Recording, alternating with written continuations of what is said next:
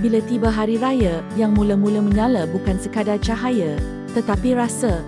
Pelita minyak tanah dinyalakan di halaman. Di dalam rumah, persiapan dibuat dengan penuh kasih dan teliti. Kuih disusun, ketupat digantung, dan setiap sudut rumah mula dihias dengan suasana raya.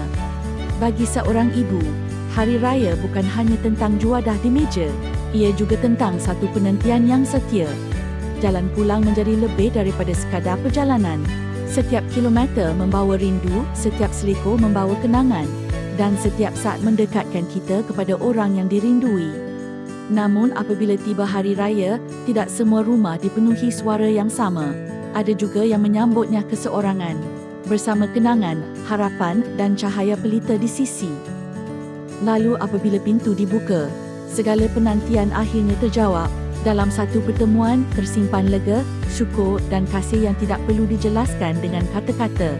Dari bunyi gelak kanak-kanak ke suara orang tua yang tidak jemu bercerita.